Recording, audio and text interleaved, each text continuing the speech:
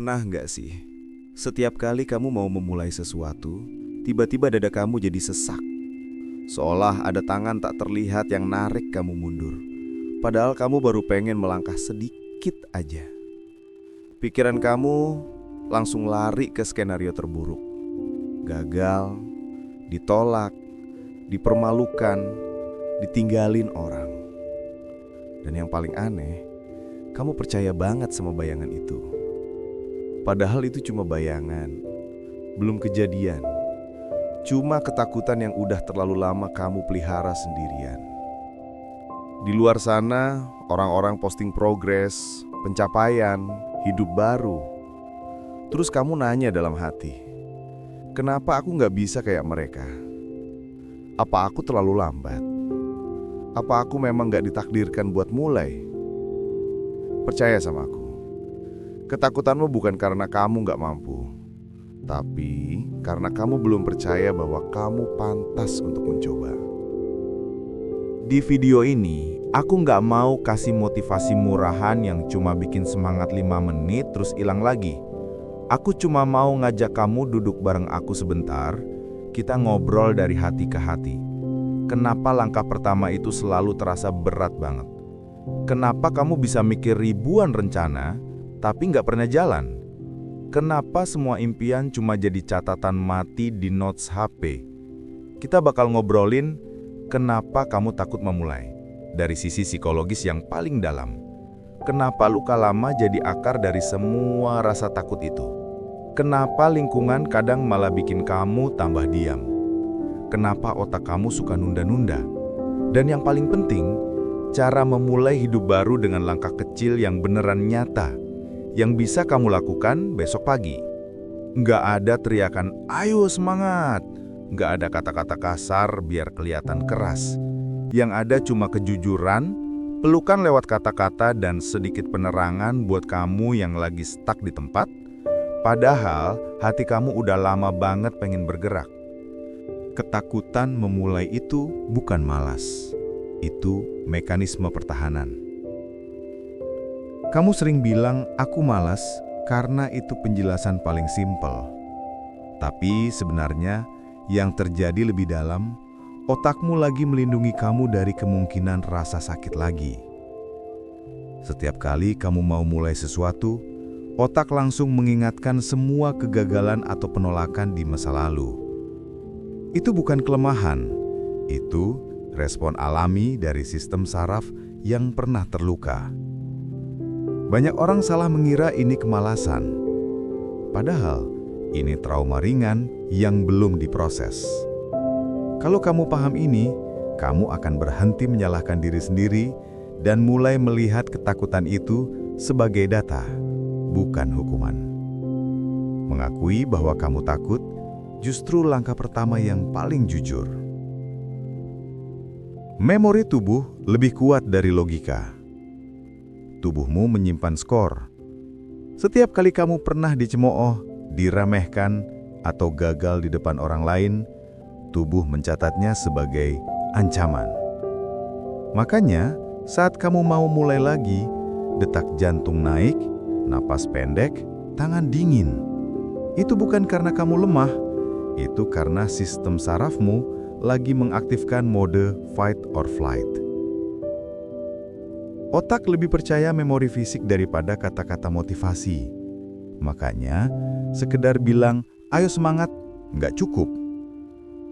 Yang dibutuhkan adalah bukti baru lewat tindakan kecil berulang, supaya tubuh belajar bahwa memulai lagi tidak lagi berbahaya. Itu proses rewiring yang butuh waktu, tapi sangat mungkin. Kepercayaan diri bukan bakat. Itu otot yang lama nggak dipakai. Kamu nggak lahir dengan rasa aku nggak cukup. Itu terbentuk dari ribuan momen kecil di mana kamu memilih mundur daripada mencoba. Setelah bertahun-tahun menunda, otot kepercayaan diri melemah. Kamu jadi lebih mudah percaya suara keraguan daripada suara potensi. Tapi kabar baiknya, otot itu bisa dilatih lagi. Bukan dengan lompatan besar, tapi dengan menyelesaikan tugas-tugas kecil secara konsisten. Satu tugas selesai, sama dengan satu bukti baru bahwa kamu bisa diandalkan oleh diri sendiri. Lama-lama bukti itu menumpuk dan rasa percaya kembali tumbuh tanpa kamu sadari. Lingkungan menentukan batas yang kamu terima sebagai normal. Kamu mungkin besar di tempat yang menganggap mencoba dan gagal itu memalukan. Hasil di atas segalanya, proses diabaikan. Lingkungan seperti itu mengajarkan satu hal, lebih aman diam daripada beresiko diejek. Tanpa kamu sadari, kamu menyesuaikan standar hidupmu dengan batas yang mereka tetapkan. Tapi, begitu kamu mulai melihat orang-orang di luar lingkungan itu yang berani mencoba dan gagal berkali-kali, namun tetap maju, kamu sadar, batas itu bukan hukum alam, itu cuma norma lokal. Kamu punya hak untuk membuat norma baru untuk dirimu sendiri. Perfeksionisme adalah prokrastinasi yang terlihat produktif. Menunggu kondisi sempurna adalah bentuk penundaan paling cerdas yang pernah kamu ciptakan. Kamu riset berbulan-bulan, bikin rencana detail, beli alat baru. Semua terlihat seperti persiapan, padahal itu cara halus untuk tetap nggak mulai. Realitasnya, tidak ada proyek besar di dunia ini yang dimulai dalam kondisi 100% siap. Semua dimulai dalam kondisi 60-70%, lalu disempurnakan di jalan. Orang yang berhasil bukan yang paling siap, tapi yang paling cepat, berani mulai dengan apa yang ada. Satu-satunya cara mengalahkan inersia adalah gerakan kecil yang berulang. Fisika bilang, benda diam cenderung tetap diam. Manusia juga sama. Cara paling efektif mengalahkan inersia bukan dengan dorongan besar sesekali, tapi dengan dorongan kecil setiap hari. Tulis 100 kata, olahraga 7 menit, baca 5 halaman. Lakukan selama 30-60 hari tanpa putus.